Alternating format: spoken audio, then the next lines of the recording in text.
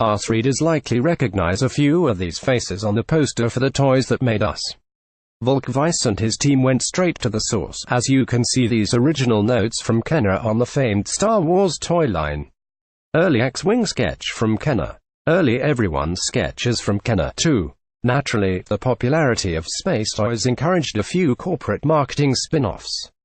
Creator Volk-Weiss has a soft spot for Star Trek, having directed a 50th anniversary documentary for the History Channel. The series has teased Trek toys will be coming into focus in the spring. Brian Volk-Weiss has seen his share of documentaries. Heck, HES even made a few, including a 2-hour documentary going where no one has gone before, specifically the History Channel's 50 Years of Star Trek.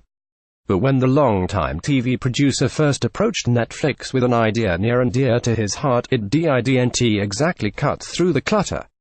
Previously, the only work Volk-Weiss had done for the streaming company were comedy specials centered on everyone from Jim Gaffigan to Tiffany Haddish. But had been sitting on a pitch about an even older passion, his 30 years of collecting toys. For a long time, I kept annoying Netflix about what they kept calling Brian's Toy Show, he tells us. Eventually, I was lucky enough to get someone to listen and take me seriously. If the History Channel connection didn't give it away, Volk-Weiss loves a good backstory. Brian's Toy Show started from a few internet deep dives when he came away dissatisfied with the lack of origin story information on iconic toys from Barbie to He-Man. But Netflix, contrary to the hands-off reputation the network has gained with its high-profile originals, gave Volk-Weiss a bit of honest feedback. That feedback ended up saving Brian's Toy Show and eventually shaping it into the delightful, recently released docu-series The Toys That Made Us.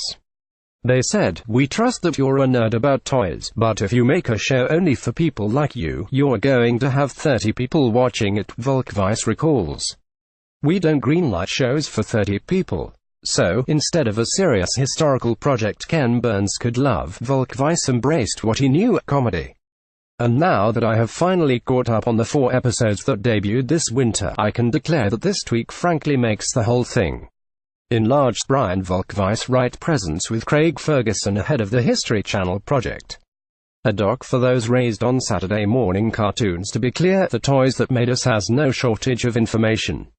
Volk-Weiss and his team get practically every designer and exec you could ask for on camera, despite dealing with major brands like Hasbro, Kenner, and Mattel. The first 4 episodes cover Barbie, He-Man, and G.I. Joe, while George Lucas ends up being the only so-and-so declined to appear slide throughout. Even if that disappointed Volk-Weiss, HES quick to note how rare his access was and how interesting all the minds behind these toys turned out to be. Listen, sitting there meeting the dude who sculpted the original TIE Fighter model was way more exciting ahead of time than it was to meet the woman who figured out what Barbie's hands would look like, Volk-Weiss says regarding access and revealing Star Wars as his preferred brand of toy obsession. "But after I understood what Barbie was, I'm now more interested in Barbie than many things, but nothing will ever dethrone Star Wars." With that trove of information, however, Volk-Weiss leaves room for his documentary to have a sense of humor. The He-Man episode does not shy away from how many of the side characters, like villain Stink or hero Ram-Man, seem like split-second ideas and naming decisions. A G.I. Joe creator's insistence on his toy being an action figure, not a doll, gets turned into a running soundbite joke throughout the tower. And almost unthinkable ideas in retrospect, for the Heinz-Burger blaster to the puberty-themed growing-up skipper, get proper acknowledgement and roasting. You'll chuckle regardless of fandom, but even diehards of a certain toy line seem to walk away with new revelations. The biggest surprise for me, because the truth was the exact opposite of what I spent my life believing, and it felt like 98% of people my age felt the same way. We all grew up thinking George Lucas made 99 cents out of every dollar from the toys, Volk-Weiss says. And I remember reading the transcripts from the field producers and hearing George Lucas only got 2.5%. I said, no, that's wrong. That's not true, you misheard him. That's wrong. No spoilers, but let's say Lucas didn't make as lucrative of a deal as Star Wars fans assumed. This discovery definitely made internet headlines for the documentary. Where else do you turn for life lessons television inspired by toys? Duh. The Toys That Made Us also inadvertently, it turns out, does a smart thing and borrows its format from the TV spin-offs associated with the very toys being analyzed. Each episode includes an animated title sequence with a Saturday morning cartoons-ish jingle near the start. All the toys have genuine moments of conflict involved. He-Man XX trying to sell what's essentially marketing research by promising comics a TV on the spot. Barbie's on-point leadership being ruthless and fast-tracking concepts to market to usurp things like Gemma Bratz etc. throughout the middle. And all the episodes end with those signature life lessons-ish postscripts you'd see on G.I. Joe or He-Man. This is when the Toys That Made Us encapsulates a given toy's lasting impact in the face of any do-or-die moments overcome. Actually, I learned the importance of a good ending from early Jackie Chan movies, Volk-Weiss admits, citing how Chan would play funny outtakes over his film's credits. Even if you sat there for an hour and a half kinda bored, you watch these brilliant outtakes and leave the theater laughing and smiling about how great the movie was. To drive home this storytelling philosophy, Volk-Weiss says hundreds and hundreds of hours went into each episode, but he knows he spent at least 11 hours in the editing bay on just the last 5 minutes of the Barbie episode, for instance.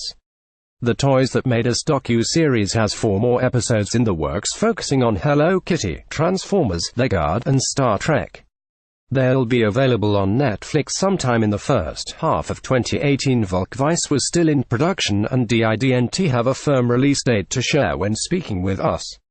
While no second season has been announced yet, Volk-Weiss is confident he has oodles of additional material if Netflix wants to move forward. He says the reaction has been extremely positive from both collectors and non-collectors, and plenty of fans have been reaching out to him about plenty of other toys, Hot Wheels, Power Rangers, WWF figures. If him ever found dead in a ditch at some con, ask the president of the My Little Pony fan club for an alibi, he jokes.